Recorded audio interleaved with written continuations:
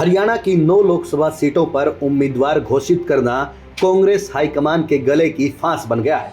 3 Lok Sabha seat Rohtak, Ambala और सिरसा को छोड़कर किसी भी लोकसभा सीट पर उम्मीदवारों के नाम को लेकर पूर्व मुख्यमंत्री भूपेंद्र सिंह हुड्डा और शैलजा रणदीप किरण गुट में सहमति नहीं बन पा रही है, ऐसा सूत्रों के हवाले से मिली खबर में पता चला है। वहीं कांग्रेस की गुटबाजी को लेकर पूर्व केंद्रीय मंत्री चौधरी बीरेंद्र सिंह ने भी अभी पत्ते नहीं खोले हैं। वो दोनों गुटों को भरोसे में लेकर चल रहे हैं। भिवानी से अपनी बेटी पूर्व सांसद श्रुति चौधरी का टिकट कटने की भनक लगने पर कांग्रेस विधायक दल की पूर्व नेता किरण चौधरी ने मंगलवार को नई दिल्ली में कांग्रेस की पूर्व अध्यक्ष सोनिया गांधी से मुलाकात की। वहीं श्रुति चौधरी भी उनके साथ थी। पूर्व मुख्यमंत्री भूपेंद्र सिंह हुड्डा की ओर से भिवानी महेंद्रगढ़ लोकसभा सीट के लिए महेंद्रगढ़ के विधायक राव दान सिंह का नाम टिकट के लिए आगे किया जा रहा है, लेकिन एसआरके गुट चाहता है कि श्रुति चौधरी को ही यहां से टिकट मिलना चाहिए।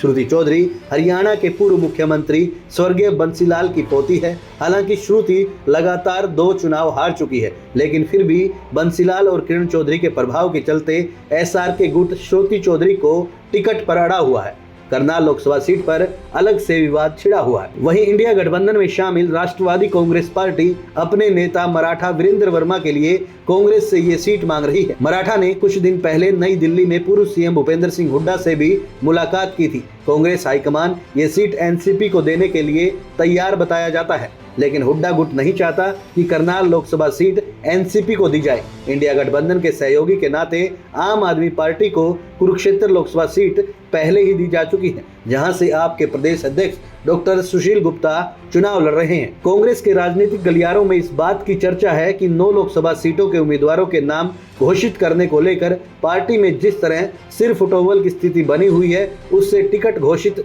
होने के बाद उम्मीदवारों के चुनाव प्रचार पर जबरदस्त विपरीत असर पड़ना तय है। कांग्रेस के वरिष्ठ नेता सलमान खुर्शीद और मधुसूदन मिस्त्री के नेतृत्व में पार्टी हाईकमान ने 3 दिन पहले एक उच्च स्तरीय कमेटी बनाकर टिकटों का विवाद खत्म करने की पहल की थी, लेकिन खुर्शीद और मिस्त्री के नेतृत्व वाली कमेटी भी हरियाणा के कांग्रेसियों की गुटबाजी को खत्म करने में कामयाब नहीं हो सके हैं। उन्होंने संभावित उम्मीदवारों की एक लिस्ट बनाकर कांग्रेस अध्यक्ष मल्लिकार्जुन खड़गे को सौंप दी है, जिस पर सहमति बनी थी कि यदि अध्यक्ष चाहेंगे तो बिना केंद्रीय चुनाव समिति की बैठक के ही इसे जारी किया जा सकता है। बताया जाता है कि मंगलवार को खड़गे का स्वास्थ्य ठीक नहीं होने के कारण इस लिस्ट पर कोई चर्चा नहीं हो सकी। केंद्रीय चुनाव समिति की बैठक भी इसलिए टाल दी गई थी, लेकिन जब किरण चौधरी को यह भनक लगी कि लिस्ट में श्रुति चौधरी का नाम नहीं है, तो वो सीधे दिल्ली पहुंच गई। किरण चौधरी की पुरानी हिस्ट्री है कि हुड्डा सरकार में जब मंत्रिमंडल से उनका मंत्रालय छीन लिया गया था, तो कुछ घंटों के बाद ही